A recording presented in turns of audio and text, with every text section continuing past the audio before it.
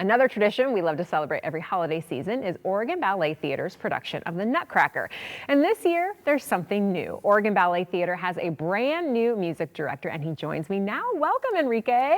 Thank you. Thank you for having me. It's a pleasure to be here. Yes, pleasure to have you. So you were only the second person to hold this prestigious role in the company's history. So what does this change mean for OBT and the OBT Orchestra?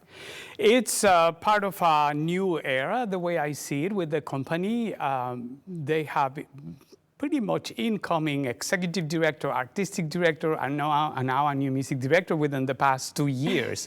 So it's from one standpoint, a transformation and development moment, artistically and in every way, but at the same time, a company with great tradition. As you were saying, I'm only the second person to hold this position.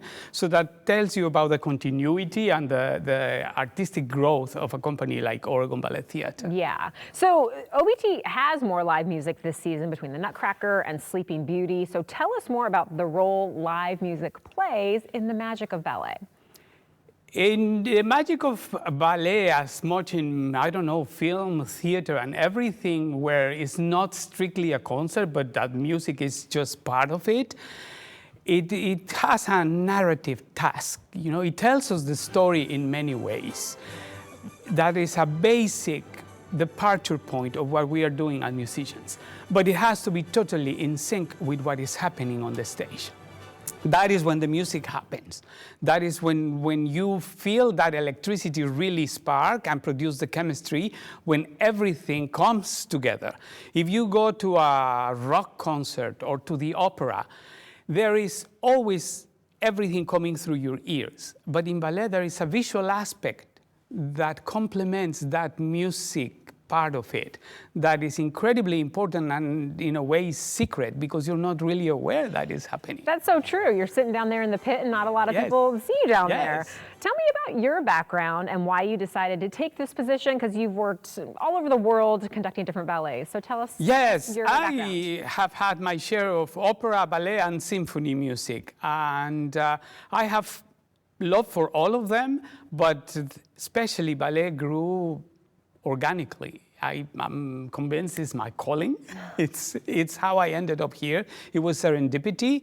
I came for a last-minute replacement 2.5 years ago, and then I was invited back for one more production, and little by little things happen like that. Yeah.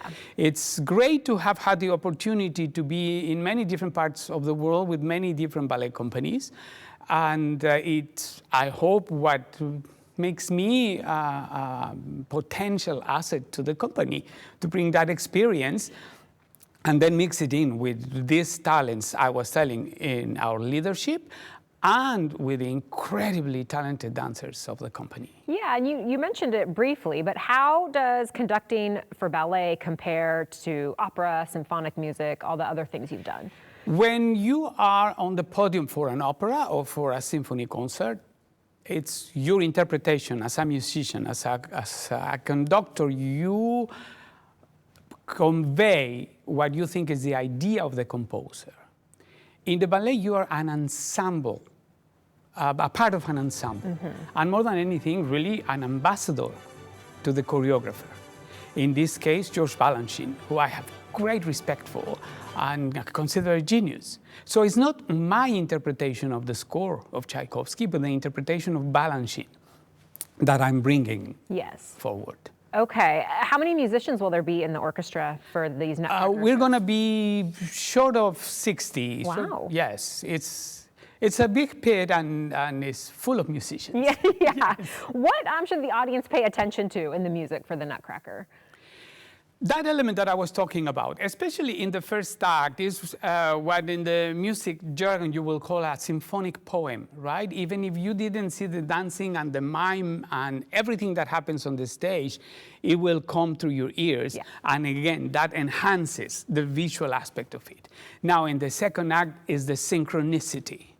I would like everyone to listen to the particular instrument that is playing and the particular dancer that's putting their feet on those notes and see how they go together. Okay. And again, that's where the magic happens, that's where the chemistry happens, whatever name you want to give it. Yeah. That element is what you look for. Well, I'm going to be there Sunday, so I'm excited to look for these things. Thank you for giving us your perspective. An Oregon Ballet Theater's production of The Nutcracker, presented by Fred Meyer, opens Friday, December 5th, runs through Wednesday, December 24th. There are lots of both evening and matinee performances, so get your tickets now at obt.org. Thank you so much for coming. It was great to meet you. It's a pleasure. Nice to meet you too, and I will see you at the ballet. Yes.